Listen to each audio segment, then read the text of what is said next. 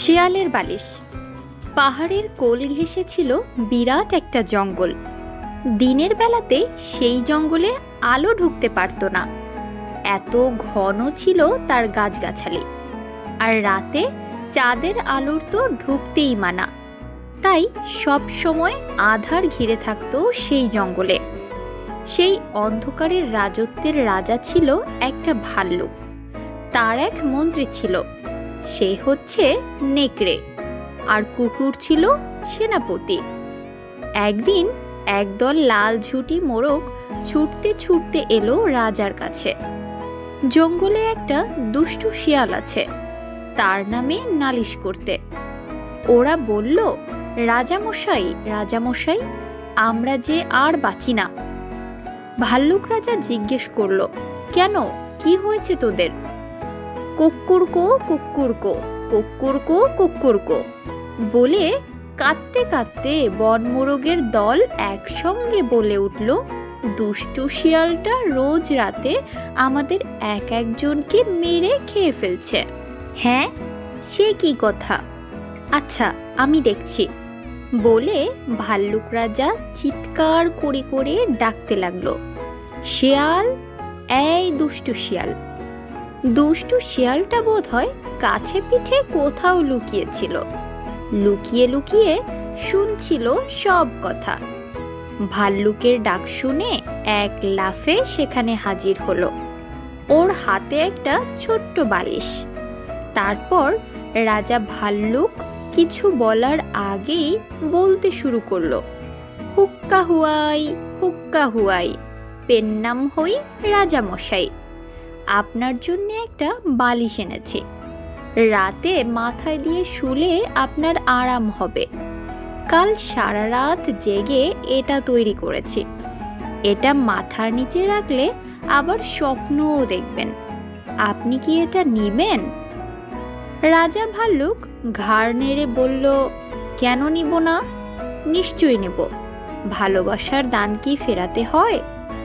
দুষ্টু শিয়াল ভাল্লুককে বালিশটা দিতে দিতে বলল, আমি আপনার আরামের জন্যে কত চিন্তা করি, কিন্তু এই লাল ঝুঁটি মোরগগুলো কিছুতেই বোঝে না। বালিশটা ছিল তুলোর মতো নরম, পালকের মতো হালকা।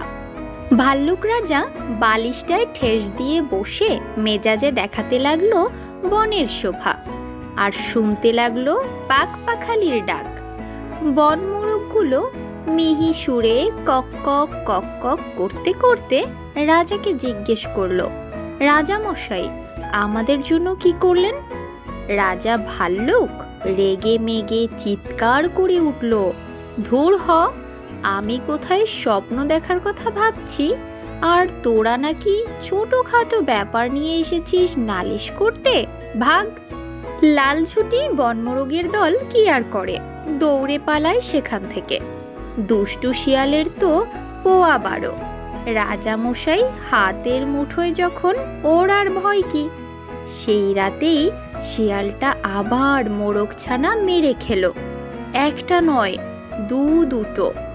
বনমোরগের দল এবার আর রাজার কাছে গেল না, গেল মন্ত্রীর কাছে।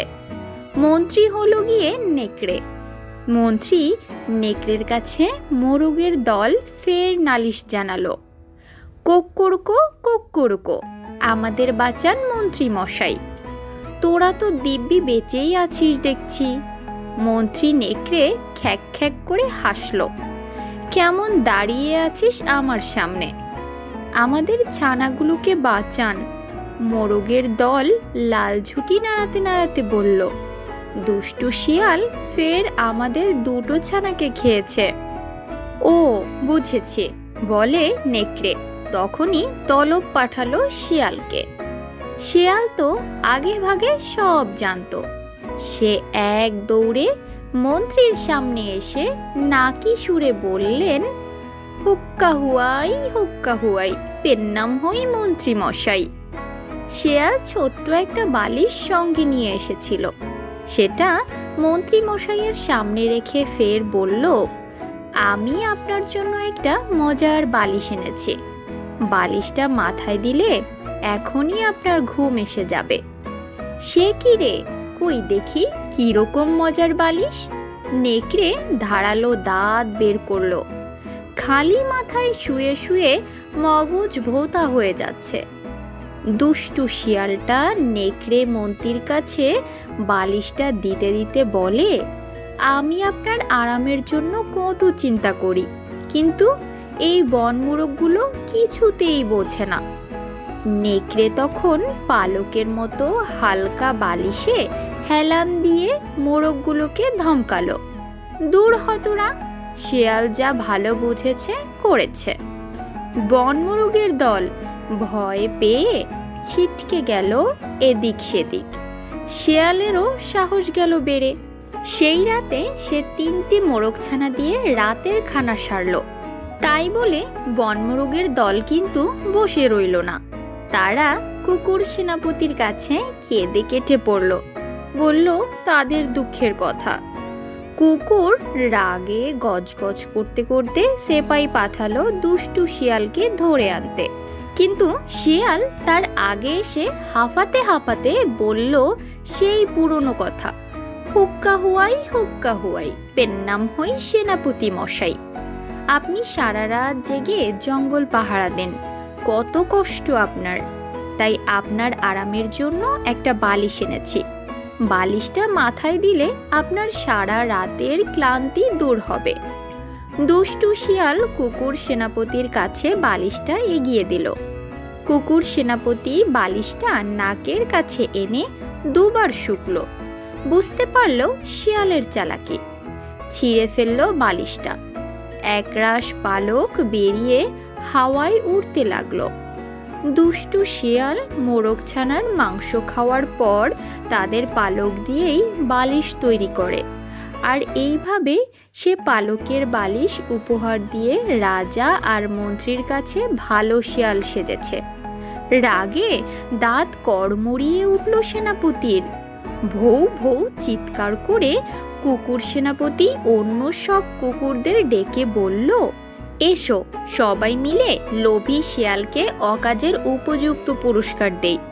দুষ্টু শিয়াল দৌড়ে পালাতে গেল, পারল না।